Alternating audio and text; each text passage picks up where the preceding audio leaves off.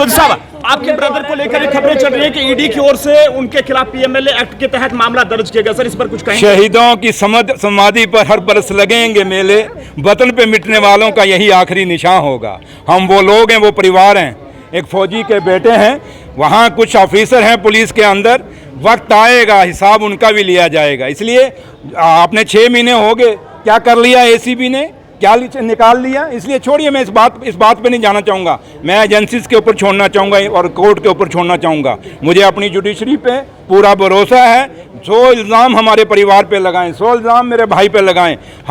हम लोग, मेरा भाई वो है जिसने उग्रवाद के खिलाफ लड़ा है, जिसने उग्रवादियों की गोलियों से निकल के आया हुआ है। इसलिए मुझे छोड़िए ये सवाल, मैं इसका जवाब ही नहीं देना चाहता। लेकिन इतना ज़रूर है कि हम लोग, मैं आज मेरी जिम्मेवारी, मैं एक इलाके का एमएलए हूँ और सरकार का हिस्सा हूँ। मेरी जिम्मेवारी लोगों के लिए। अब मेरे परिवार से मैं क्या होता है वो मेरा कोर्ट, मेरा जुडिशरी फैसला करेगी, या मेरी माँ वैष्णो देवी, माँ बावे वाली, और आप लोग फैसला करिए। इस पर आप लोग जवाब दीजिए कि हम गलत हैं या सही हैं।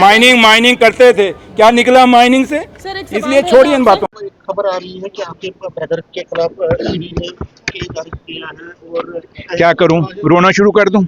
क्या करूं? लेकिन एक बात याद रखना, हर जुल्म का अंत है। जुल्म ज़्यादा देर चलता नहीं है।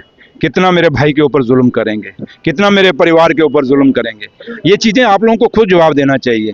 जो इल्ज़ाम हम पे लगा रहे हैं, आपको नहीं पता जम्मू कश्मीर में पिछले 10-12 सालों में क्या हुआ?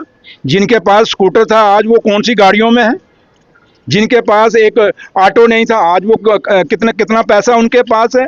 प्रोजेक्टों में क्या हुआ, माइनिंग में क्या हुआ, इंडस्ट्री में 28 करोड़ का पैकेज आया, किसको किसने दिया, कौन लेके गया, आपको नहीं पता?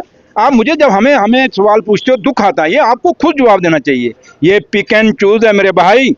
हम जो कुछ हैं, कि आप लोग मुझे जानते नहीं, मेरे परिवार को जानते नहीं। क्या हम नंगे घूमते थे जम्मू कश्मीर में? हमारे पास कपड़े नहीं थे, हम कच्छों में घूमते थे, बनैन में घूमते थे, हम पैदल घूम चलते थे, हमारे पास गाड़ी नहीं थी है क्या? हमारे पास फॉर्चून नहीं थी, हमारे पास स्कॉर्पियो नहीं थी, मर्सिडीज हमारे पास नहीं थी क्या आज से पहले?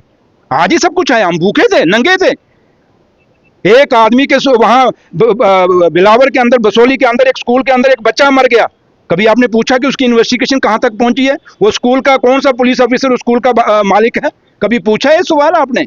छोड़िए इन बातों को। बाकी है कि हमें जम्मू कश्मीर की अपनी जुडिशरी पे और हिंदुस्तान की जुडिशरी पे भरोसा है। मैंने कहा नहीं, आप जवाब दीजिए, मुझे जरूरत नहीं है। मैंने कहा नहीं, आपको जवाब देना चाहिए। ये आपको नहीं क्या लग रहा?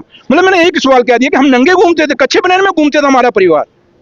क्या मेरे भाई की आपको जानते नहीं कुर्बानी है? किस उग्रवाद से वो निकला, कितनी बारी मौत के मुंह से वो बचा। गुरसई में जब मेंढर में इनकाउंटर हो गया था, कैसे वो बचा? थाना मंडी के अंदर इनकाउंटर में कैसे बचा था वो?